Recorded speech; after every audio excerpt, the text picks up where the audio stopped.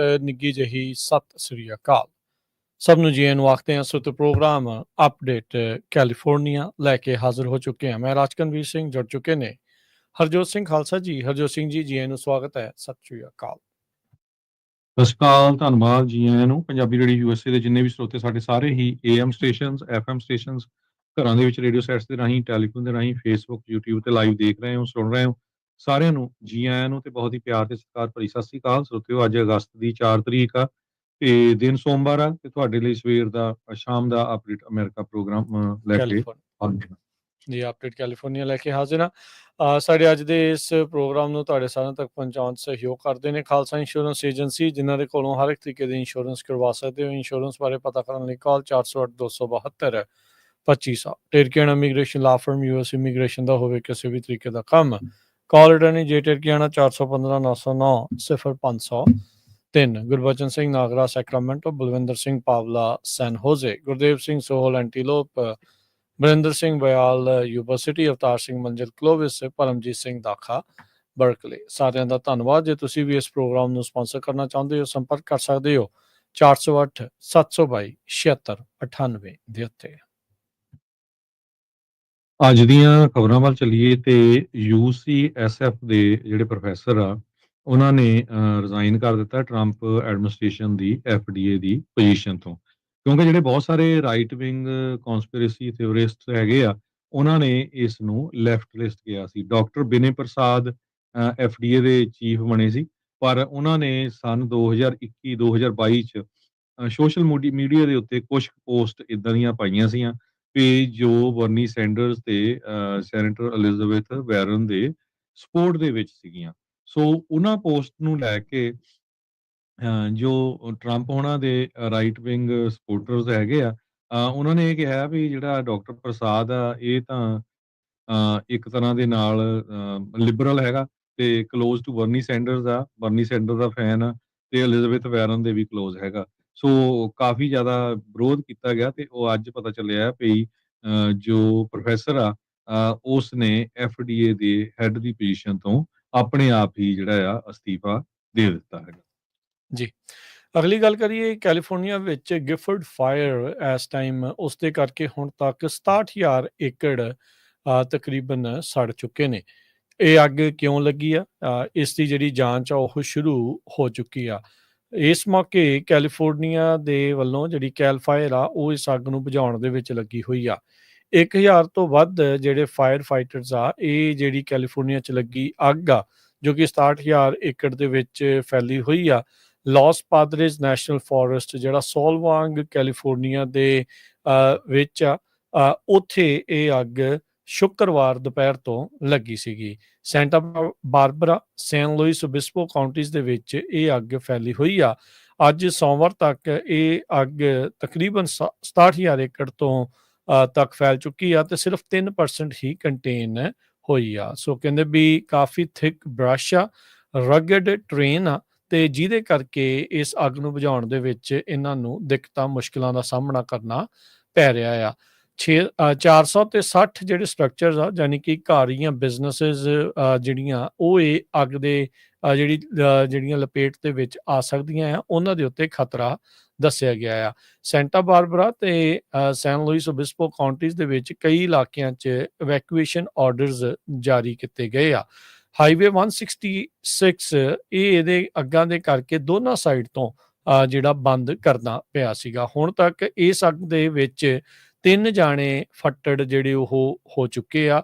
ਕਈਆਂ ਨੂੰ ਹਸਪਤਾਲ ਦੇ ਵਿੱਚ ਅੱਗ ਲੱਗਣ ਦੇ ਕਰਕੇ, ਲੂ ਹੋ ਜਾਣ ਕਰਕੇ ਜਿਹੜਾ ਆ ਉਹ ਜ਼ੇਰੇ ਇਲਾਜ ਕਰਾਉਣਾ ਪਿਆ ਹੈਗਾ ਆ। ਸੋ ਏਅਰ ਕੁਆਲਿਟੀ ਅਲਰਟ ਉਸ ਦੇ ਇਰਦ ਗਿਰਦ ਦੇ ਇਲਾਕਿਆਂ ਦੇ ਵਿੱਚ ਜਾਰੀ ਕੀਤਾ ਗਿਆ ਹੈਗਾ ਆ। ਸੋ ਆਉਂਦੇ ਸਮੇਂ ਦੇ ਵਿੱਚ ਇਹ ਅੱਗ ਕਿੰਨੀ ਕੁ ਫੈਲਦੀ ਹੈ ਜਾਂ ਕਿੰਨੀ ਜਲਦੀ ਇਸ ਦੇ ਉੱਤੇ ਕਾਬੂ ਪਾਇਆ ਜਾ ਸਕਦਾ ਆ, ਉਸ ਦੀਆਂ ਜਿਹੜੀਆਂ ਕੋਸ਼ਿਸ਼ਾਂ ਆ ਉਹ ਚੱਲ ਰਹੀਆਂ ਆ। ਅਗਲੀ ਖਬਰ ਵੱਲ ਚਲੀਏ। ਯੂਐਸ ਦੀ ਜੋ ਸਟੇਟ ਡਿਪਾਰਟਮੈਂਟ ਆ ਉਹਨਾਂ ਨੇ ਅੱਜ ਅਨਾਉਂਸ ਕੀਤਾ ਆ ਵੀ ਕਿਸੇ ਵੀ ਤਰ੍ਹਾਂ ਦਾ ਜਿਹੜਾ ਵੀਜ਼ਾ ਲੈਣ ਦੇ ਲਈ, ਖਾਸ ਕਰਕੇ ਜਿਹੜਾ ਵਿਜ਼ਟਰ ਵੀਜ਼ਾ ਆਉਂਦੇ ਹੈਗੇ ਆ, ਉਹਨਾਂ ਐਪਲੀਕੈਂਟਸ ਤੋਂ $15,000 ਤੱਕ ਦਾ ਜਿਹੜਾ ਬੌਂਡ ਆ ਉਹ ਰਿਕੁਆਇਰ ਕੀਤਾ ਜਾ ਸਕਦਾ ਹੈਗਾ। 5,000 ਦਾ ਵੀ ਹੋ ਸਕਦਾ, 10,000 ਦਾ ਵੀ ਹੋ ਸਕਦਾ, 15,000 ਦਾ ਵੀ ਹੋ ਸਕਦਾ। ਇਹ 12 ਮਹੀਨਿਆਂ ਦਾ ਇੱਕ ਪਾਇਲਟ ਪ੍ਰੋਗਰਾਮ ਚਲਾਉਣ ਦੀ ਜਿਹੜੀ ਆ ਸੋਚ ਰਿਹਾ ਹੈਗਾ ਸਟੇਟ ਡਿਪਾਰਟਮੈਂਟ। ਪ੍ਰਪੋਜ਼ ਕਰ ਰਿਹਾ ਤਾਂ ਕਿ ਜੋ ਐਪਲੀਕੈਂਟ ਬਿਜ਼ਨਸ ਤੇ ਜਾਂ ਟੂਰਿਸਟ ਵੀਜ਼ਾ ਦੇ ਉੱਤੇ ਆਉਂਦੇ ਹੈਗੇ ਆ, ਉਹਨਾਂ ਨੂੰ ਇੰਨੇ ਅਮਾਊਂਟ ਦਾ ਜਿਹੜਾ ਬੌਂਡ ਆ ਉਹ ਦੇਣਾ ਪਊਗਾ। ਟਰੰਪ ਐਡਮਿਨਿਸਟ੍ਰੇਸ਼ਨ ਬਹੁਤ ਜ਼ਿਆਦਾ ਜਿਹੜੀਆਂ ਰਿਕੁਆਇਰਮੈਂਟਸ ਆ ਵੀਜ਼ਾ ਐਪਲੀਕੈਂਟਸ ਦੀਆਂ, ਉਹ ਟਾਈਟ ਕਰ ਰਿਹਾ ਹੈਗਾ। ਪਿਛਲੇ ਹਫ਼ਤੇ ਸਟੇਟ ਡਿਪਾਰਟਮੈਂਟ ਨੇ ਅਨਾਉਂਸ ਕੀਤਾ ਸੀ ਵੀ ਜਿਹੜੇ ਵੀਜ਼ਾ ਰਿਨਿਊਅਲ ਐਪਲੀਕੈਂਟਸ ਆ, ਉਹਨਾਂ ਨੂੰ ਵੀ ਇਨ ਪਰਸਨ ਜਿਹੜੀ ਇੰਟਰਵਿਊ ਦੇਣੀ ਪਊਗੀ। ਲੋਟਰੀ ਪ੍ਰੋਗਰਾਮ ਦੇ ਵਿੱਚ ਵੀ ਉਹਨਾਂ ਨੇ ਕਿਹਾ ਜਿਹੜੇ ਮੁਲਕਾਂ ਦੇ ਹੈਗੇ ਆ ਵੀ ਉਹਨਾਂ ਕੋਲ ਓਰੀਜਨਲ ਜਿਹੜਾ ਪਾਸਪੋਰਟ ਉੱਤੇ ਦਾ ਚਾਹੀਦਾ ਹੈਗਾ ਆ। ਸੋ ਇਮੀਗ੍ਰੇਸ਼ਨ ਨੂੰ ਲੈ ਕੇ, ਪੋਲੀਟੀਕਲ ਅਸਾਈਲਮ ਨੂੰ ਲੈ ਕੇ, H1B ਵੀਜ਼ੇ ਨੂੰ ਲੈ ਕੇ, ਤੇ ਹੁਣ ਜੇ ਤੁਸੀਂ ਵਿਜ਼ਿਟ ਵੀ ਕਰਨ ਆ ਰਹੇ ਆ ਉਹਨਾਂ ਦੇ ਕੋਲੋਂ ਇਹ ਜਿਹੜਾ ਆ ਬੌਂਡ, ਇਹ ਕੋਸ਼ਿਸ਼ ਹੋ ਰਹੀ ਆ ਵੀ ਇਹ ਲਾਗੂ ਕੀਤਾ ਜਾਵੇ ਤਾਂ ਕਿ 5000 ਜਾਂ 10,000 ਜਾਂ 15,000 ਡਾਲਰ ਤੱਕ ਜਿਹੜਾ ਬੌਂਡ ਆ ਉਹ ਮੰਗਿਆ ਜਾ ਸਕਦਾ ਹੈ। ਜੀ, ਸੋ ਇਹ ਫੈਡਰਲ ਰਜਿਸਟਰ ਦੇ ਵਿੱਚ ਕਹਿੰਦੇ ਵੀ ਇਸ ਨੋਟਿਸ ਨੂੰ ਪਬਲਿਸ਼ ਕਰ ਦਿੱਤਾ ਗਿਆ ਹੈਗਾ ਆ, ਜਿਹਦੇ ਵਿੱਚ ਲੋਕਾਂ ਦੇ ਕਮੈਂਟ ਬਾਅਦ ਦੇ ਵਿੱਚ ਜਿਹੜੇ ਉਹ ਆਉਣਗੇ। ਉਹ ਕਮੈਂਟਸ ਪੋਜ਼ਿਟਿਵ ਆਉਂਦੇ, ਨੈਗੇਟਿਵ ਆਉਂਦੇ, ਉਹ ਇੱਕ ਡਿਫਰੈਂਟ ਸਟੋਰੀ ਆ। ਪਰ ਜਿੱਦਾਂ ਹਰਜੋਤ ਜੀ ਨੇ ਕਿਹਾ ਵੀ ਕਾਫੀ ਚੀਜ਼ਾਂ ਜਿਹੜੀਆਂ ਟਾਈਟ ਆ ਉਹ ਇਮੀਗ੍ਰੇਸ਼ਨ ਦੇ ਬਾਬਤ ਕੀਤੀਆਂ ਜਾ ਰਹੀਆਂ।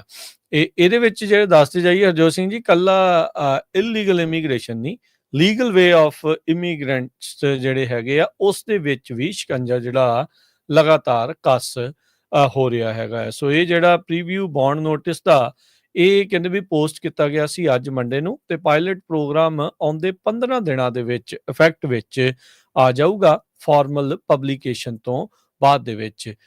ਕਹਿੰਦੇ ਵੀ ਇਹ ਇਨਸ਼ੋਰ ਕਰਨਾ ਵੀ US ਸਰਕਾਰ ਫਾਈਨੈਂਸ਼ੀਅਲੀ ਲਾਇਬਲ ਨਾ ਹੋਵੇ ਵਿਜ਼ਿਟਰ ਦੇ ਲਈ ਜੇ ਉਹ ਆਪਣੇ ਵੀਜ਼ੇ ਦੀਆਂ ਟਰਮਸ ਨੂੰ ਜੇ ਉਹ ਕੰਪਲਾਈ ਨਹੀਂ ਕਰਦੇ ਹੈਗੇ।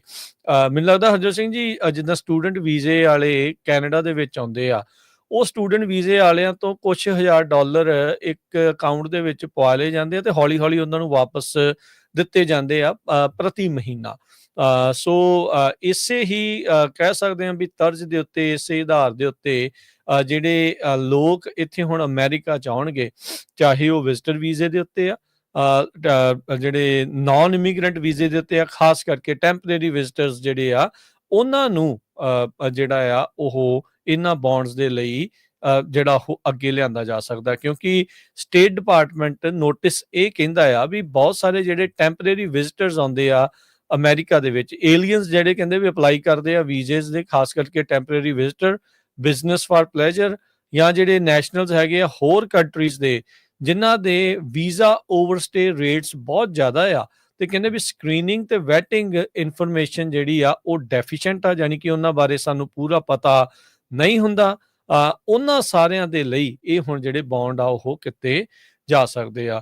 ਸੋ ਨਾ ਦਿਖਣ ਵਾਲੀ ਇੱਕ ਹਿਸਾਬ ਦੇ ਨਾਲ ਇੱਕ ਕੰਧ ਹੋਰ ਕਹਿ ਸਕਦੇ ਆ ਵੀ ਉਹ ਸਾਰੀ ਜਾਰੀ ਆ। ਸੋ ਇਹ 12 ਮਹੀਨੇ ਦੇ ਲਈ, ਯਾਨੀ ਕਿ 1 ਸਾਲ ਦੇ ਲਈ ਪਾਇਲਟ ਪ੍ਰੋਗਰਾਮ ਚੱਲੂਗਾ। ਇਹ ਦੇਖਣਗੇ ਵੀ ਇਹਦਾ ਕੋਈ ਕਾਮਯਾਬੀ ਇਹਨਾਂ ਨੂੰ ਮਿਲੀ ਆ ਜਾਂ ਨਹੀਂ ਮਿਲੀ। ਇਹ ਜਿਹੜਾ ਉਹ ਚੀਜ਼ਾਂ ਸਾਹਮਣੇ ਜਿਹੜੀਆਂ ਉਹ ਆਉਣਗੀਆਂ। ਸੋ ਲੋਕਾਂ ਨੂੰ ਇੱਥੇ ਆਉਣ ਤੋਂ ਪਹਿਲਾਂ 5 ਤੋਂ $15,000 ਤੱਕ ਦਾ ਜਿਹੜਾ ਬੌਂਡ ਆ ਉਹ ਮੰਗਿਆ ਜਾ ਸਕਦਾ ਹੈਗਾ ਆ। ਸੋ ਕਹਿੰਦੇ ਵੀ ਇਹ ਜਿਹੜਾ ਬੌਂਡ ਆ, ਕਹਿੰਦੇ ਵੀ ਉਹਨਾਂ ਸਿਟੀਜ਼ਨਸ ਦੇ ਲਈ ਅਪਲਾਈ ਨਹੀਂ ਹੋਊਗਾ ਜਿਹੜੇ ਵੀਜ਼ਾ ਵੇਵਰ ਪ੍ਰੋਗਰਾਮ ਦੇ ਵਿੱਚ ਆਲਰੇਡੀ ਐਨਰੋਲਡ ਆ, ਜਾਂ ਜਿਨ੍ਹਾਂ ਨੂੰ ਅਨੇਬਲ ਕਰਦਾ ਆ ਵੀ ਤੁਸੀਂ ਬਿਜ਼ਨਸ ਦੇ ਲਈ ਜਾਂ ਟਰੈਵਲ ਦੇ ਲਈ 90 ਦਿਨਾਂ ਦੇ ਲਈ ਤੁਸੀਂ ਜਿਨ੍ਹਾਂ ਨੂੰ ਕਰਦਾ ਆ ਉਹਨਾਂ ਦੇ ਲਈ ਓਕੇ ਆ।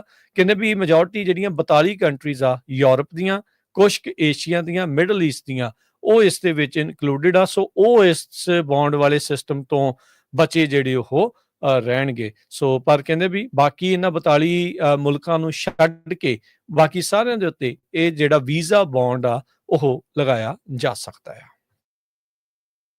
ਅੱਜ ਬੇਰੀਏ ਦੇ ਯੂਨੀਅਨ ਸਿਟੀ ਸ਼ਹਿਰ ਦੇ ਵਿੱਚ 5220 ਕਸਟਮਰਸ ਦੀ ਜਿਹੜੀ ਬਿਜਲੀ ਆ ਉਹ ਨਹੀਂ ਆਈ, ਉਹ ਕੱਟ ਕਰ ਦਿੱਤੀ ਗਈ। ਲਗਭਗ 1 ਘੰਟੇ ਤੋਂ ਵੱਧ ਦਾ ਸਮਾਂ ਜਿਹੜਾ ਲੱਗਾ 4900 ਦੇ ਕਰੀਬ ਕਸਟਮਰਸ ਦੀ ਬਿਜਲੀ ਵਾਪਸ ਆਉਣ ਨੂੰ। ਬਾਅਦ ਚ 264 ਕਸਟਮਰ ਜਿਹੜੇ ਆ ਉਹ 2-2.5 ਘੰਟੇ ਤੋਂ ਬਾਅਦ ਉਹਨਾਂ ਦੀ ਬਿਜਲੀ ਆਈ। 56 ਕਸਟਮਰ ਹਜੇ ਵੀ ਬਿਜਲੀ ਤੋਂ ਬਿਨਾਂ ਹੈਗੇ ਆ। ਇਹ ਸਵੇਰੇ 9 ਵਜੇ ਦੇ ਕਰੀਬ 9:55 ਤੇ ਸਾਰਾ ਕੁਝ ਵਾਪਰਿਆ। ਸੋ ਹਜੇ ਇਹ ਨਹੀਂ ਕਾਰਨ ਪਤਾ ਚੱਲਿਆ ਵੀ ਇੰਨੇ ਵੱਡੇ ਅਮਾਉਂਟ 'ਚ ਜਿਹੜੇ 5220 ਕਸਟਮਰ ਜਿਨ੍ਹਾਂ 'ਚ ਰੈਜ਼ੀਡੈਂਸ਼ੀਅਲ ਵੀ ਆ ਤੇ ਨਾਲ ਕਮਰਸ਼ੀਅਲ ਵੀ ਆ, ਉਹਨਾਂ ਦੀ ਬਿਜਲੀ ਜਿਹੜੀ ਆ ਕਿਉਂ ਕੱਟ ਹੋਈ ਹੈਗੀ। ਜੀ। ਐਲਏ ਦੇ ਵਿੱਚ ਇੱਕ ਹੋਰ ਮਾਸ ਸ਼ੂਟਿੰਗ ਦਾ ਮਾਮਲਾ ਸਾਹਮਣੇ ਆਇਆ ਆ। ਮਿਊਜ਼ਿਕ ਫੈਸਟੀਵਲ ਆਫਟਰ ਪਾਰਟੀ ਦੇ ਵਿੱਚ ਡਾਊਨਟਾਊਨ ਐਲਏ 'ਚ ਇਹ ਗੋਲੀकांड ਵਾਪਰਿਆ ਹੈ। ਕਹਿੰਦੇ ਵੀ ਇਸ ਮਾਸ ਸ਼ੂਟਿੰਗ ਦੇ ਵਿੱਚ 2 ਜਾਣਿਆਂ ਦੀਆਂ ਮੌਤ ਹੋ ਚੁੱਕੀ ਹੈ ਤੇ 6 ਜਾਣੇ ਇਸ ਦੇ ਵਿੱਚ ਜ਼ਖਮੀ ਹੋਏ ਨੇ। ਹਾਰਡ ਸਮਰ ਮਿਊਜ਼ਿਕ ਫੈਸਟੀਵਲ ਜੋ ਕਿ ਡਾਊਨਟਾਊਨ ਐਲਏ ਦੇ ਵਿੱਚ ਹੋ ਰਿਹਾ ਸੀ। ਇਹ ਕੱਲ੍ਹ ਐਤਵਾਰ ਤੇ ਮੰਡੇ ਦੀ ਸਵੇਰ ਦੇ ਦਰਮਿਆਨ ਇਹ ਜਿਹੜੀ ਦੁਰਘਟਨਾ, ਇਹ ਗੋਲੀकांड ਵਾਪਰਿਆ ਹੈਗਾ ਆ। ਸੋ ਇਹ ਸਿਚੁਏਸ਼ਨ ਜਿਹੜੀ ਇਸ ਟਾਈਮ ਆਪਣੇ ਸਾਹਮਣੇ ਜਿਹੜੀ ਉਹ ਆਈ ਆ। ਸੋ ਇਹ ਜਿਹੜੀ ਮਾਸ ਸ਼ੂਟਿੰਗ ਆ, ਇਹ ਆਫਟਰ ਪਾਰਟੀ ਦੇ ਵਿੱਚ ਵਾਪਰੀ ਆ। ਪੁਲਿਸ ਦੱਸ ਰਹੀ ਆ ਵੀ ਉਹਨਾਂ ਨੂੰ ਰੇਡੀਓ ਕਾਲਸ ਆਈਆਂ ਸ਼ਾਟਸ ਫਾਇਰਡ ਦੀਆਂ ਤਕਰੀਬਨ ਅੱਜ ਤੜਕੇ ਸਵੇਰੇ 1 ਵਜੇ। ਅਫਸਰਸ ਨੇ ਕਹਿੰਦੇ ਵੀ ਉੱਤੇ ਆਫਿਸਰਸ ਨੇ ਰਿਸਪੌਂਡ ਕੀਤਾ ਲੋਕੇਸ਼ਨ ਦੇ ਉੱਤੇ ਤੇ ਦੇਖਿਆ ਵੀ ਕਈ ਲੋਕ ਨੂੰ ਗੋਲੀ ਜਿਹੜੀ ਉਹ ਲੱਗੀ ਹੋਈ ਆ। ਸੋ ਕਹਿੰਦੇ ਵੀ ਤਕਰੀਬਨ ਇਸ ਆਫਟਰ ਪਾਰਟੀ ਦੇ ਵਿੱਚ 50 ਤੋਂ 60 ਜਾਣੇ ਮੌਜੂਦ ਸੀਗੇ। 11 ਕੁ ਵਜੇ ਕਹਿੰਦੇ ਵੀ ਇਹ ਵਾਰਦਾਤ ਹੋਣੀ ਜਿਹੜੀ ਉਹ ਸ਼ੁਰੂ ਹੁੰਦੀ ਆ, ਪਰ ਉਹ ਰੇਡੀਓ ਕਾਲਸ ਉਹਨਾਂ ਨੂੰ 1 ਵਜੇ ਆਉਂਦੀਆਂ ਆ। 8 ਗਨ ਸ਼ਾਟ ਵਿਕਟਮਸ ਉਹਨਾਂ ਨੂੰ ਉੱਥੇ ਪੁਲਿਸ ਨੂੰ ਮਿਲਦੇ ਨੇ ਤੇ ਉਹਨਾਂ ਚੋਂ 2 ਜਾਣਿਆਂ ਦੀ ਮੌਤ ਹੋ ਚੁੱਕੀ ਆ। 6 ਜ਼ਖਮੀ ਆ, ਜਿਨ੍ਹਾਂ ਚੋਂ ਇੱਕ ਗੰਭੀਰ ਰੂਪ ਵਿੱਚ ਜ਼ਖਮੀ ਦੱਸਿਆ ਜਿਹੜਾ ਉਹ ਜਾਂਦਾ ਹੈ। ਪੁਲਿਸ ਨੇ ਕਿਹਾ ਵੀ ਅਜੇ ਉਹਨਾਂ ਦੇ ਕੋਲ ਕੋਈ ਵੀ ਸਸਪੈਕਟ ਇਨਫੋਰਮੇਸ਼ਨ ਜਾਂ ਕਿਉਂ ਇਹ ਗੋਲੀਆਂ ਚੱਲੀਆਂ ਆ ਉਹਦੇ ਬਾਰੇ ਕੋਈ ਜਾਣਕਾਰੀ ਨਹੀਂ ਹੈਗੀ। ਸੋ ਇਹ ਜਿਹੜੀ ਸਿਚੁਏਸ਼ਨ ਇਸ ਟਾਈਮ ਸਾਹਮਣੇ ਆਈ ਆ। ਐਲਏ ਦੇ ਡਾਊਨਟਾਊਨ ਇਲਾਕੇ 'ਚ ਇਹ ਗੋਲੀकांड ਵਾਪਰਿਆ। ਬੇ ਏਰੀਏ ਦੇ ਸੈਨ ਸ਼ਹਿਰ ਦੇ ਵਿੱਚ ਇੱਕ ਪੈਡੈਸਟਰੀਅਨ ਦੀ ਮੌਤ ਹੋ ਗਈ ਇਸ ਐਤਵਾਰ ਨੂੰ, ਜਦੋਂ ਉਸ ਨੂੰ ਇੱਕ ਕਾਰ ਨੇ ਹਿੱਟ ਕੀਤਾ ਹੈਗਾ। ਇਹ ਜਿਹੜਾ ਐਕਸੀਡੈਂਟ ਆ ਉਹ ਪੇਨ ਐਵਨਿਊ ਤੇ ਵਿਨਚੈਸਟਰ ਬੁਲੇਵਰਡ ਉੱਥੇ 11 ਵਜੇ ਦੇ ਕਰੀਬ ਵਾਪਰਿਆ। ਸੈਨ ਹੋਜ਼ੇ ਪੁਲਿਸ ਡਿਪਾਰਟਮੈਂਟ ਦੇ ਮੁਤਾਬਕ ਜਿਹੜੀ ਇਨਵੈਸਟੀਗੇਸ਼ਨ ਆ ਉਹ ਤੇ ਪਤਾ ਚੱਲਿਆ ਵੀ 2018 ਦਾ ਸ਼ੈਵੀ ਟਰੱਕ ਉਹ ਵੈਸਟ ਬਾਉਂਡ ਚੱਲ ਰਿਹਾ ਸੀ Penn Avenue west of Winchester Boulevard ਦੇ ਉੱਤੇ, ਜਦੋਂ ਹਿੱਟ ਕਰਕੇ ਇੱਕ ਅਡਲਟ ਮੈਨ ਨੂੰ ਜੋ ਸਟਰੀਟ ਕ੍ਰਾਸ ਕਰ ਗਿਆ ਸੀ ਤੇ ਉੱਥੋਂ ਭੱਜ ਗਿਆ। ਬਾਅਦ ਦੇ ਵਿੱਚ ਜਿਹੜਾ ਆ ਉਸ ਨੂੰ ਫੜ ਲਈ ਵੀ ਗਿਆ ਤੇ ਉਸਨੇ ਕੋਆਪਰੇਟ ਵੀ ਕੀਤਾ ਹੈਗਾ। ਸੈਨ ਹੋਜ਼ੇ ਦੇ ਵਿੱਚ ਇਹ 20ਵੀਂ ਮੌਤ ਸੀ ਇਸ ਸਾਲ ਦੇ ਵਿੱਚ। 20 ਜਿਹੜੇ ਆ ਐਕਸੀਡੈਂਟ ਜਿਹੜੇ ਆ ਕ੍ਰਾਸ ਜਦੋਂ ਤੁਸੀਂ ਕਰਦੇ ਆ ਉਹ ਕੋਈ ਹਿੱਟ ਕਰਕੇ ਚਲੇ ਜਾਂਦਾ, ਉਸ ਹਿਸਾਬ ਦੇ ਨਾਲ 20 ਮੌਤਾਂ ਹੋ ਗਈਆਂ। 20th ਟ੍ਰੈਫਿਕ ਡੈਥ ਆ ਤੇ 20th ਫੇਟਲ ਕੋਲਿਜਨ ਆ 2025 ਦਾ ਤੇ ਪੈਡੈਸਟਰੀਅਨ ਦਾ 10ਵਾਂ ਆ। ਸੋ ਟੋਟਲ 20 ਹੋਏ ਆ ਟ੍ਰੈਫਿਕ ਮੌਤਾਂ ਸੈਨ ਹੋਜ਼ੇ 'ਚ ਤੇ 10 ਜਾਣੇ ਜਿਹੜੇ ਆ ਪੈਡੈਸਟਰੀਅਨ ਤੁਰ ਕੇ ਕ੍ਰਾਸ ਕਰ ਰਹੇ ਸੀ ਜਦੋਂ ਉਹ ਹਿੱਟ ਹੋਏ। ਜੀ। ਅਗਲੀ ਗੱਲ ਕਰੀਏ ਅਫੋਰਡੇਬਲ ਹਾਊਸਿੰਗ ਪ੍ਰੋਗਰਾਮਸ ਜੋ ਕੈਲੀਫੋਰਨੀਆ ਦੇ ਆ ਉਸ ਨੂੰ ਚੈਲੰਜ ਕਰਦਾ ਹੋਇਆ ਇੱਕ ਲਾਸੂਟ ਦਰਜ ਕੀਤਾ ਗਿਆ ਆ। ਸੁਪਰੀਮ ਕੋਰਟ ਦੀ ਰੂਲਿੰਗ ਅਜਿਹੇ ਮਾਮਲਿਆਂ ਦੇ ਵਿੱਚ ਬੀਤੇ ਦਿਨਾਂ 'ਚ ਆਈ ਸੀ। ਉਸ ਤੋਂ ਬਾਅਦ 'ਚ ਕੈਲੀਫੋਰਨੀਆ ਦੇ ਇੱਕ ਜਿਹੜੇ ਹੋਮ ਓਨਰ ਆ ਉਹਨਾਂ ਨੇ ਲਾਸੂਟ ਇਹ ਦਰਜ ਕੀਤਾ ਆ ਫੈਡਰਲ ਕੋਰਟ ਦੇ ਵਿੱਚ। ਉਹਨਾਂ ਨੇ ਇਹ ਮੰਗ ਸਵਾਲ ਚੁੱਕੇ ਆ ਵੀ ਜਿਹੜਾ ਕੈਲੀਫੋਰਨੀਆ ਦਾ ਅਫੋਰਡੇਬਲ ਹਾਊਸਿੰਗ ਪ੍ਰੋਗਰਾਮ ਆ ਇਸ ਦੀ ਕਨਸਟੀਟਿਊਸ਼ਨੈਲਿਟੀ ਯਾਨੀ ਸੰਵਿਧਾਨਿਕ ਤੌਰ ਦੇ ਉੱਤੇ ਇਹ ਠੀਕ ਆ ਕਿ ਨਹੀਂ, ਉਸ ਦੀ ਜਾਂਚ ਹੋਣੀ ਚਾਹੀਦੀ ਆ। ਉਹਨਾਂ ਨੇ ਕਿਹਾ ਵੀ ਇਹ ਲਾ ਫੋਰਸ ਕਰਦਾ ਹੈ ਡਿਵੈਲਪਰਸ ਨੂੰ ਵੀ ਜਿਹੜੇ ਨਵੇਂ ਹਾਊਸਿੰਗ ਪ੍ਰੋਜੈਕਟਸ ਆ ਉਹਨਾਂ ਦਾ ਜਿਹੜਾ ਭਾਰ ਆ, ਉਹਨਾਂ ਦਾ ਜਿਹੜਾ ਬਿੱਲ ਆ, ਉਹ ਸਟੇਟ ਦੀ ਜਿਹੜੀ ਸ਼ਾਰਟੇਜ ਹੈਗੀ ਅਫੋਰਡੇਬਲ ਹੋਮਸ ਦੀ ਉਹ ਉਹਨਾਂ ਨੂੰ ਬਿੱਲ ਕਰਨਾ ਪਵੇ, ਯਾਨੀ ਕਿ ਉਹਨਾਂ ਦੇ ਮੋਢਿਆਂ ਦੇ ਉੱਤੇ ਇਹ ਪੈਂਦਾ ਆ। ਈਸਟ ਪਾਲੋ ਆਲਟੋ ਦੇ ਹੋਮ ਓਨਰ ਨੇ ਇਹ ਫੈਡਰਲ ਕੋਰਟ ਦੇ ਵਿੱਚ ਬੀਤੇ ਵੀਰਵਾਰ ਨੂੰ ਇਹ ਜਿਹੜਾ ਲਾਸੂਟ ਦਰਜ ਕੀਤਾ ਹੈ। ਉਹ ਕਹਿੰਦੇ ਵੀ ਇਹ ਜਿਹੜਾ ਕੈਲੀਫੋਰਨੀਆ ਦਾ ਹਾਊਸਿੰਗ ਅਫੋਰਡੇਬਲ ਹਾਊਸਿੰਗ ਲਾਅ ਆ ਇਹ ਹੋਰ ਕੁਛ ਨਹੀਂ, ਐਕਸਟੋਰਸ਼ਨ ਆ। ਬੇਸਿਕਲੀ ਸਾਡੇ ਕੋਲ ਧੱਕੇ ਦੇ ਨਾਲ ਡਾਲਰ ਜਿਹੜੇ ਉਹ ਲਏ ਜਾ ਰਹੇ ਆ। ਈਸਟ ਪਾਲੋ ਆਲਟੋ ਤੋਂ ਚਾਹੇ ਇਹ ਕਹਿੰਦੇ ਵੀ ਫਾਈਲ ਹੋਇਆ ਆ, ਪਰ ਕਹਿੰਦੇ ਵੀ ਇਸ ਦੇ ਨਤੀਜੇ ਜੋ ਵੀ ਫੈਸਲਾ ਅਦਾਲਤ ਜਿਹੜੀ ਉਹ ਕਰਦੀ ਆ ਇਸ ਦੇ ਫਾਰ ਰੀਚਿੰਗ ਹੋਣਗੇ ਬੇ ਏਰੀਏ ਤੋਂ ਬਾਹਰ ਵੀ। ਇਹ ਕੇਸ ਫਾਈਲ ਕੀਤਾ ਗਿਆ ਸੈਨ ਫਰਾਂਸਿਸਕੋ ਦੇ ਵਿੱਚ ਵੈਸਲੀ ਯੂ ਦੇ ਦੁਆਰਾ। ਇੱਕ ਹਸਬੈਂਡ ਆ, ਇੱਕ ਫਾਦਰ ਆ। ਕਹਿੰਦੇ ਵੀ ਇਹ ਬੇਸਿਕਲੀ ਤੇ ਇਹ ਜੌਬਸ ਦੇ ਬਿਟਵੀਨ ਆ ਤੇ ਕਹਿੰਦਾ ਵੀ ਉਹ ਸੋਚ ਰਿਹਾ ਸੀਗਾ ਘਰ ਬਣਾਉਣ ਦੇ ਲਈ ਬੈਕਯਾਰਡ ਗੈਸਟ ਕਾਟੇਜ ਆਪਣੇ ਲਈ ਤੇ ਐਕਸਟੈਂਡਡ ਫੈਮਿਲੀ ਦੇ ਲਈ। ਕਹਿੰਦੇ ਵੀ ਪਲਾਨ ਕਰ ਰਿਹਾ ਸੀਗਾ 2 ਨਵੇਂ ਸਟਰਕਚਰ ਦੇ ਲਈ ਤੇ ਪਰ ਸਿਟੀ ਦੇ ਜਿਹੜੇ ਜ਼ੋਨਿੰਗ ਰੂਲਸ ਆ ਉਹ ਕਿਕ ਇਨ ਕਰ ਗਏ ਤੇ ਕਹਿੰਦੇ ਵੀ ਉਹਨੂੰ ਰਿਕੁਆਇਰ ਕਰ ਰਹੇ ਆ ਵੀ ਜਾਂ ਤਾਂ ਉਹ ਸੈੱਲ ਕਰੇ ਜਾਂ ਰੈਂਟ ਆਊਟ ਕਰੇ ਉਹਦੇ ਜਿਹੜੇ ਅਫੋਰਡੇਬਲ ਜਿਹੜੇ ਯੂਨਿਟਸ ਅਫੋਰਡੇਬਲ ਰੇਟ ਦੇ ਉੱਤੇ, ਤੇ ਨਾਲ ਇੱਕ ਟਾਈਮ ਦੀ 54,000 ਤੇ $891 ਦਾ ਫੀਸ ਵੀ ਜਿਹੜੀ ਉਸ ਨੂੰ ਦੇਣੀ ਪਊਗੀ ਜੇ city affordable housing subsidy fund ਦੇ ਵਿੱਚ। ਸੋ ਹੁਣ ਕਹਿੰਦੇ ਵੀ ਇੱਕ libertarian oriented legal Pacific legal foundation ਦੇ ਦੁਆਰਾ ਯੂ ਦੇ ਨਾਲ ਮਿਲ ਕੇ, ਵੈਜ਼ਲੀ ਯੂ ਦੇ ਨਾਲ ਮਿਲ ਕੇ ਇਹ ਇੱਕ ਇੱਕ ਜਿਹੜਾ ਲਾਸੂਟ ਆ ਉਹ ਦਰਜ ਕੀਤਾ ਗਿਆ ਆ। ਸੋ ਸੁਪਰੀਮ ਕੋਰਟ ਦੀ ਰੂਲਿੰਗ ਆਈ ਸੀ ਪਿਛਲੇ ਸਾਲ ਕੈਲੀਫੋਰਨੀਆ ਦੇ ਹਾਊਸਿੰਗ ਡਿਸਪਿਊਟ ਦੇ ਜਿਹੜੇ ਉਹ ਉੱਤੇ ਚੇਤਾ ਹੋਣਾ ਇੱਕ ਟ੍ਰੈਫਿਕ ਫੀਸ $23,000 ਦੀ ਜਿਹੜੀ ਉਹ ਪਾਈ ਗਈ ਸੀ ਇੱਕ ਬੰਦੇ ਦੇ ਉੱਤੇ ਹੋਮ ਕੰਸਟਰਕਸ਼ਨ ਪ੍ਰੋਜੈਕਟ ਦੇ ਦੌਰਾਨ, ਤੇ ਸਰਕਾਰ ਜਿਹੜੀ ਅਲਡਰਾਡੋ ਕਾਉਂਟੀ ਦੀ ਉਸ ਟਾਈਮ ਦੇ ਉੱਤੇ ਸੀ ਉਹਨਾਂ ਉਸ ਨੂੰ ਜਿਹੜਾ ਕੰਟੈਸਟ ਕੀਤਾ ਸੀ ਜਿਸ ਬੰਦੇ ਦੇ ਉੱਤੇ ਜਿਹੜੀ ਫੀਸ ਪਾਈ ਗਈ ਸੀ, ਪਰ ਕਹਿੰਦੇ ਵੀ ਕਾਉਂਟੀ ਜਿਹੜੀ ਆ ਸਿਟੀ ਜਿਹੜੀ ਆ ਉਹ ਜਸਟੀਫਾਈ ਨਹੀਂ ਕਰ ਸਕੀ ਵੀ ਫੀਸ ਕਿਉਂ ਪਾਈ ਗਈ ਹੈਗੀ ਆ। ਸੋ ਉਸੇ ਹੀ ਆਧਾਰ ਦੇ ਉੱਤੇ ਹੁਣ ਵੈਸਲੀ ਯੂ ਵੀ ਕਹਿ ਰਿਹਾ ਵੀ ਇਹ ਮੇਰੇ ਨਾਲ ਧੱਕਾ ਆ, ਇੱਕ ਤਾਂ ਤਕਰੀਬਨ $55,000 ਮੇਰੇ ਤੋਂ ਅਗਰਾਈ ਲੈਣਾ ਚਾਹੁੰਦੇ ਆ, ਤੇ ਦੂਜਾ ਕਹਿੰਦੇ ਵੀ ਇਹਨਾਂ ਨੂੰ ਮੈਂ ਅਫੋਰਡੇਬਲ ਰੇਟਸ ਦੇ ਉੱਤੇ ਹੀ ਰੈਂਟ ਕਰਾਂ ਜਾਂ ਸੈੱਲ ਕਰਾਂ। ਕਹਿੰਦੇ ਵੀ ਸਮੱਸਿਆ ਕੈਲੀਫੋਰਨੀਆ ਦੀ ਆਪਣੀ ਆ ਅਫੋਰਡੇਬਲ ਹਾਊਸਿੰਗ ਦੀ ਜਿਹੜੀ ਉਹ ਲੈ ਕੇ, ਪਰ ਸਾਡੇ ਤੱਕ ਜਾਂ ਜਿਹੜੇ ਡਿਵੈਲਪਰਸ ਆ ਜਾਂ ਜਿਹੜੇ ਆਮ ਲੋਕ ਆ ਉਹਨਾਂ ਨੂੰ ਇਸ ਦਾ ਜਿਹੜਾ ਬਿੱਲ ਆ ਉਸ ਦਾ ਭੁਗਤਾਨ ਕਰਨਾ ਪੈ ਰਿਹਾ ਆ।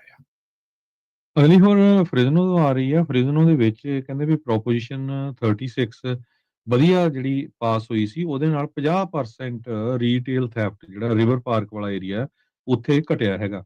ਟ੍ਰੇਸੀ ਕੈਸ਼ੀਅਨ ਜੋ ਫ੍ਰਿਜ਼ਨੋ ਰਿਵਰ ਪਾਰਕ ਦੀ ਏਰੀਆ ਦੀ ਹੈਗੀ ਆ, ਉਹਨਾਂ ਨੇ ਇਹ ਕਿਹਾ ਵੀ ਬਹੁਤ ਜ਼ਿਆਦਾ ਜਿਹੜਾ ਕ੍ਰਾਈਮ ਆ ਲਗਭਗ 50% ਦੇ ਕਰੀਬ ਘਟਿਆ ਹੈਗਾ, ਨਹੀਂ ਤਾਂ ਪਹਿਲਾਂ ਸਮੈਸ਼ ਐਂਡ ਗ੍ਰੈਬ ਬਹੁਤ ਜ਼ਿਆਦਾ ਹੁੰਦਾ ਸੀਗਾ।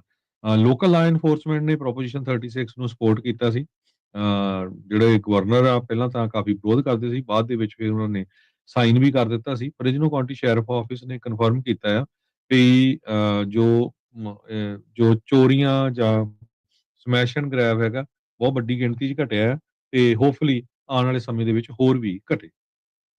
ਜੀ ਤੇ ਹਰਜੋਤ ਸਿੰਘ ਜੀ ਯਾਦ ਹੋਣਾ ਆਪਣੇ ਇੱਥੇ ਫ੍ਰੈਜ਼ਨੋ ਦੇ ਨਜ਼ਦੀਕ ਆਈ ਥਿੰਕ ਵਾਈਸੇਲੀਆ ਦੇ ਲਾਗੇ ਇੱਕ F-35 ਨੇਵੀ ਦਾ ਜਿਹੜਾ ਜਹਾਜ਼ ਸੀ ਉਹ ਕ੍ਰੈਸ਼ ਹੋ ਗਿਆ ਸੀ, ਪਾਇਲਟ ਇਜੈਕਟ ਕਰ ਗਿਆ ਸੀਗਾ ਸੇਫਲੀ। ਸੋ ਇਹ ਉਸ ਦਾ ਕਹਿੰਦੇ ਵੀ ਬਾਲ-ਬਾਲ ਬਚਾਅ ਜਿਹੜਾ ਉਹ ਹੋ ਗਿਆ ਸੀ। ਤਕਰੀਬਨ ਇੱਥੋਂ ਦੇ 6:30 ਵਜੇ ਦੇ ਤਕਰੀਬਨ ਇਹ ਹਾਦਸਾ ਜਿਹੜਾ ਉਹ ਵਾਪਰਿਆ ਸੀ, ਕੁਛ ਦਿਨ ਪਹਿਲਾਂ ਦੀ ਜਿਹੜੀ ਉਹ ਖਬਰ ਦੱਸੀ ਜਿਹੜੀ ਉਹ ਜਾ ਰਹੀ ਆ। ਸੋ ਪਾਇਲਟ ਕਹਿੰਦੇ ਵੀ ਇਸ ਟਾਈਮ ਸੁਰੱਖਿਅਤ ਹੈਗਾ ਆ। ਸਟ੍ਰਾਈਕ ਫਾਈਟਰ ਸਕੁਆਡਰਨ VF-125 ਨੂੰ ਇਹ 에ਅਰਕ੍ਰਾਫਟ ਅਸਾਈਨਡ ਸੀਗਾ।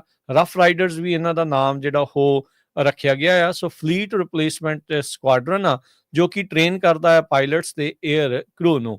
ਇਹ ਜਿਹੜਾ ਜੈਟ ਕ੍ਰੈਸ਼ ਹੋਇਆ F-35C ਸੀਗਾ, ਜਿਹੜੇ F-35 ਦੇ ਵੇਰੀਐਂਟ ਨੇ ਵਨ ਆਫ ਦਾ 3 ਜਿਹੜੇ ਵੇਰੀਐਂਟ ਜਿਹੜੇ US 에ਅਰਕ੍ਰਾਫਟ ਕੈਰੀਅਰਸ ਦੇ ਵਿੱਚ ਵਰਤੇ ਜਿਹੜੇ ਹੋ ਜਾਂਦੇ ਆ। ਜਦ ਇਹ ਕ੍ਰੈਸ਼ ਵਾਪਰਿਆ ਤਾਂ ਇਹ ਤਕਰੀਬਨ $100 ਮਿਲੀਅਨ ਦਾ ਜਹਾਜ਼ ਜਿਹੜਾ ਉਹ ਦੱਸਿਆ ਜਾਂਦਾ ਆ।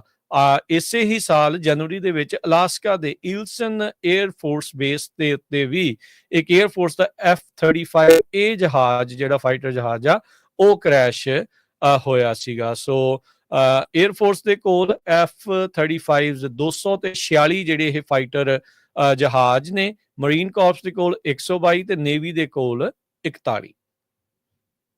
ਜੀ ਬਿਲਕੁਲ। ਲਾਈਵ ਓਕ ਦੇ ਵਿੱਚ $60 ਮਿਲੀਅਨ ਦਾ ਇਲੀਗਲ ਮਰਵਾਨਾ ਜਿਹੜਾ ਆ ਉਹ ਫੜਿਆ ਗਿਆ ਤੇ ਉਸ ਨੂੰ ਡਿਸਟਰੋਏ ਕੀਤਾ ਗਿਆ। ਲਾਈਵ ਓਕ ਯੂਬਾ ਸਿਟੀ ਦੇ ਲਾਗੇ ਇੱਕ ਨਿੱਕਾ ਜਿਹਾ ਟਾਊਨ ਹੈਗਾ। ਯੂਬਾ ਸਿਟੀ ਨਾਰਕੋਟਿਕਸ ਤੇ ਗੈਂਗ ਐਨਫੋਰਸਮੈਂਟ ਟਾਸਕ ਫੋਰਸ ਨੇ 48,000 ਪਾਉਂਡ ਜੋ ਇਲੀਗਲੀ ਪ੍ਰੋਸੈਸ ਕੀਤਾ ਗਿਆ ਸੀ ਉਸ ਨੂੰ ਫੜਿਆ। ਜੀ ਨਾਪਾ ਦੇ ਟੌਡਲਰ ਦੀ 2024 ਚ ਜਿਹੜੀ ਮੌਤ ਹੋਈ ਸੀ, ਜੋ ਉਸ ਦੇ ਵਿੱਚ ਕਾਰਨ ਫੈਂਟਨਲ ਦਾ ਮੰਨਿਆ ਜਾ ਰਿਹਾ ਸੀ, ਉਸ ਮਾਮਲੇ 'ਚ ਉਹਦੇ ਜਿਹੜੇ ਪੇਰੈਂਟਸ ਆ ਉਸ ਟੌਡਲਰ ਦੇ ਉਹਨਾਂ ਨੂੰ ਗ੍ਰਿਫਤਾਰ ਕੀਤਾ ਗਿਆ ਹੈਗਾ ਆ। ਸੋ ਉਸ ਟੌਡਲਰ ਦੇ ਜਿਹੜੇ ਪੇਰੈਂਟਸ ਆ ਜਿਨ੍ਹਾਂ 'ਚ ਉਸ ਮੁੰਡੇ ਦੀ ਜਿਹੜੀ ਮਾਂ ਬੈਲਨ ਸ਼ੋਇਰ ਸਟੀਫਨਸਨ 42 ਸਾਲ, ਉਸਨੂੰ ਸਸਪੀਸ਼ਨ ਆਫ ਮਰਡਰ, ਚਾਈਲਡ ਐਂਡੇਂਜਰਮੈਂਟ ਉਸ ਦੇ ਲਈ। ਟਿਮੋਥੀ ਸ਼ੂਲਟਸ 47 ਸਾਲ, ਉਸ ਦਾ ਜਿਹੜਾ ਪਿਓ ਮੁੰਡੇ ਦਾ ਜਿਹੜਾ ਮਰ ਗਿਆ ਸੀਗਾ, ਉਸ ਨੂੰ ਗ੍ਰਿਫਤਾਰ ਕੀਤਾ ਗਿਆ ਆ। ਸੋ 3 ਸਾਲਾਂ ਦਾ ਇਹਨਾਂ ਦਾ ਮੁੰਡਾ ਸੀਗਾ ਜ਼ੀਡਨ ਸ਼ੁਲਟਸ, ਜੋ ਕਿ ਫੈਂਟਨਲ ਪੋਇਜ਼ਨਿੰਗ ਦੇ ਨਾਲ 15 ਅਗਸਤ 2024 ਤਕਰੀਬਨ 1 ਸਾਲ ਪਹਿਲਾਂ ਉਸ ਦੀ ਮੌਤ ਹੋਈ ਸੀ। ਇਸ ਮੌਕੇ ਦੋਨੋਂ ਹੀ ਜਾਣੇ ਨਾਪਾ ਕਾਉਂਟੀ ਜੇਲ੍ਹ ਦੇ ਵਿੱਚ ਆ ਤੇ ਵਿਦਆਊਟ ਬੇਲ। ਸਟੀਵਨਸਨ ਜਿਹੜੀ ਤਾਂ ਮਾਂ ਆ ਉਸ ਨੂੰ ਵਿਦਆਊਟ ਬੇਲ, ਤੇ ਜਿਹੜਾ ਪਿਓ ਆ ਉਸ ਦੀ ਜਿਹੜੀ ਬੇਲ ਅਮਾਉਂਟ $1 ਮਿਲੀਅਨ ਦੇ ਉੱਤੇ ਰੱਖੀ ਗਈ ਹੈਗੀ ਆ। ਸੈਕਰਾਮੈਂਟੋ ਦੇ ਵਿੱਚ ਇੱਕ ਬੰਦੇ ਨੂੰ ਅਰੈਸਟ ਕੀਤਾ ਗਿਆ ਜਿਹਦੇ ਉੱਤੇ 11 ਕਾਊਂਟ ਲੱਗੇ ਆ ਫੇਕ ਇਮੀਗ੍ਰੇਸ਼ਨ ਡਾਕੂਮੈਂਟਸ ਤੇ ਇਲੀਗਲ ਰੀ-ਐਂਟਰੀ ਦੇ। ਸੋ ਇਹ ਜਿਹੜਾ ਬੰਦਾ ਹੈਗਾ ਟੋਰਿਸ ਹਰਨਾਂਡੇਸ, ਕਹਿੰਦੇ ਵੀ ਫਰੋਜੂਲੈਂਟ ਆਇਡੈਂਟੀਫਿਕੇਸ਼ਨ ਕਾਰਡ ਸੈਲ ਕਰ ਰਿਹਾ ਸੀ, green card, social security card, ਉਹ ਵੀ ਅੰਡਰ ਕਵਰ ਏਜੰਟਸ। ਤੇ ਖੁਦ ਆਪ ਇਹ ਪਹਿਲਾਂ ਇੱਕ ਵਾਰੀ ਡਿਪੋਰਟ ਹੋਇਆ ਸੀ ਤੇ ਦੁਬਾਰਾ ਕੀ ਆਇਆ ਸੀ। ਅਸਿਸਟੈਂਟ ਯੂਐਸ ਅਟਾਰਨੀ ਧਰੁਵ ਸ਼ਰਮਾ ਇਸ ਦੀ ਇਨਵੈਸਟੀਗੇਸ਼ਨ ਕਰ ਰਿਹਾ ਜਿਹੜੀ ਹੋਮਲੈਂਡ ਸਿਕਿਉਰਿਟੀ ਦੇ ਨਾਲ ਰਲ ਕੇ। ਟੋਰਸ ਹਰਨਾਂਡੇਸ ਨੂੰ ਪਹਿਲਾਂ ਅਗਸਤ 29 2014 ਦੇ ਵਿੱਚ ਇੱਕ ਕਨਵਿਕਸ਼ਨ ਦੇ ਵਿੱਚ eastern district court of California ਵੱਲੋਂ ਵਾਪਸ ਭੇਜ ਦਿੱਤਾ ਗਿਆ ਸੀ। ਉਸ ਟਾਈਮ ਦੇ ਉੱਤੇ ਵੀ ਇਹ ਜਿਹੜਾ ਝੂਠੇ ਆਇਡੈਂਟੀਫਿਕੇਸ਼ਨ ਡਾਕੂਮੈਂਟਸ ਲੋਕਾਂ ਨੂੰ ਵੇਚਦਾ ਹੁੰਦਾ ਸੀ। ਸੋ ਜੇ ਚਾਰਜ ਹੋਇਆ ਉਹਨੂੰ 20 ਸਾਲਾਂ ਦੀ ਸਜ਼ਾ, $2.5 ਲੱਖ ਦਾ ਜਿਹੜਾ ਫਾਈਨ ਹੋ ਸਕਦਾ ਹੈ। ਜੀ, ਤੇ ਹਰਜੋਤ ਸਿੰਘ ਜੀ ਜਾਂਦੇ ਸਟਾਕਸ ਦੇ ਉੱਤੇ ਨਜ਼ਰ ਮਾਰਦੇ ਜਾਈਏ। ਅੱਜ ਸਟਾਕਸ ਨੇ ਜਿਹੜਾ ਕਾਫੀ ਜ਼ਿਆਦਾ ਰਿਵਾਈਵ ਕੀਤਾ, ਸੋ ਛਾਲਾਂ ਜਿਹੜੀਆਂ ਵੱਜੀਆਂ। ਸੋ ਅਮਰੀਕਾ ਦੀ ਜਿਹੜੀ ਇਹ ਸਟਾਕ ਦੀ ਇਕੋਨਮੀ ਆ ਜਾਂ ਇਸ ਤਰੀਕੇ ਦੇ ਨਾਲ ਆ, ਟੈਰਿਫ ਦਾ ਰੌਲਾ ਰੱਪਾ ਚੱਲਦੇ ਹੋਏ ਵੀ ਅਮਰੀਕਨ ਜਿਹੜੇ ਸਟਾਕਸ ਆ ਜਾਂ ਸਟਾਕ ਮਾਰਕੀਟ ਆ ਉਹ ਹਮੇਸ਼ਾ ਵੱਧ ਚੜ ਕੇ ਵਾਪਸ ਜਿਹੜੀ ਉਹ ਆਉਂਦੀ ਰਹੀ ਹੈ। ਨੋ ਡਾਊਟ ਵਿੱਚ ਵਿਚਾਲੇ ਦਿਨ ਜਿਹੜੇ ਉਦਾਂ ਦੇ ਆਉਂਦੇ ਰਹਿੰਦੇ ਆ। ਅੱਜ ਡਾਓ ਜੋਨ 500 ਤੇ 85 ਪੁਆਇੰਟ ਵੱਧ ਕੇ 44,174 ਤੇ ਬੰਦ ਹੋਇਆ। S&P 92 ਪੁਆਇੰਟ ਵੱਧ ਕੇ 6330 ਦੇ ਉੱਤੇ। ਨੈਸਡੈਕ 400 ਤੇ 3 ਪੁਆਇੰਟ ਵੱਧ ਕੇ 21,053 ਤੇ ਬੰਦ ਹੋਇਆ। ਸੋਨੇ ਦਾ ਭਾਅ $3434 ਪ੍ਰਤੀ ਆਉਂਸ। ਕੱਚੇ ਤੇਲ ਦੀ ਕੀਮਤ $66 ਪ੍ਰਤੀ ਬੈਰਲ। 10 year yield 4.2% ਤੇ ਕ੍ਰਿਪਟੋ ਕਰੰਸੀਜ਼ ਦੇ ਵਿੱਚ ਬਿਟਕੋਇਨ 1,14,867 ਤੇ ਇਥੀਰੀਅਮ 3600 ਤੇ $95 ਦੇ ਬਰਾਬਰ ਚੱਲ ਰਿਹਾ ਆ। ਜੇ ਕਰੰਸੀ ਦੀ ਗੱਲ ਕਰਦੇ ਜਾਈਏ, $1 ਦੇ ਬਰਾਬਰ ਕੈਨੇਡਾ ਦੇ $1 ਤੇ 38 ਸੈਂਟ ਰਹੇ ਆ। $1 ਦੇ ਬਰਾਬਰ ਪਾਕਿਸਤਾਨ ਦੇ $283 ਤੇ 25 ਪੈਸੇ। $1 ਦੇ ਬਰਾਬਰ ਇੰਡੀਆ ਦੇ $87 ਤੇ 85 ਪੈਸੇ। ਇੱਥੇ ਪ੍ਰੋਗਰਾਮ ਅਪਡੇਟ ਕੈਲੀਫੋਰਨੀਆ ਦੀ ਸਮਾਪਤੀ। ਮੇਰੇ ਰਾਜਕਰਮੀਰ ਸਿੰਘ ਵੱਲੋਂ ਤੇ ਹਰਜੋਤ ਸਿੰਘ ਵੱਲੋਂ ਆਪ ਸਭ ਨੂੰ ਪਿਆਰ ਸਤਿਕਾਰ ਸੈਨਿਕੀ ਜਹੀ ਸਤਿ ਸ੍ਰੀ ਅਕਾਲ। ਜਿਉਂਦੇ ਵਾਸਤੇ ਰਹੋ, ਹਾਸੇ ਖੇਲਦੇ ਰਹੋ, ਸੁਣਦੇ ਰਹੋ, ਦੇਖਦੇ ਰਹੋ ਪੰਜਾਬੀ ਰੇਡੀਓ USA।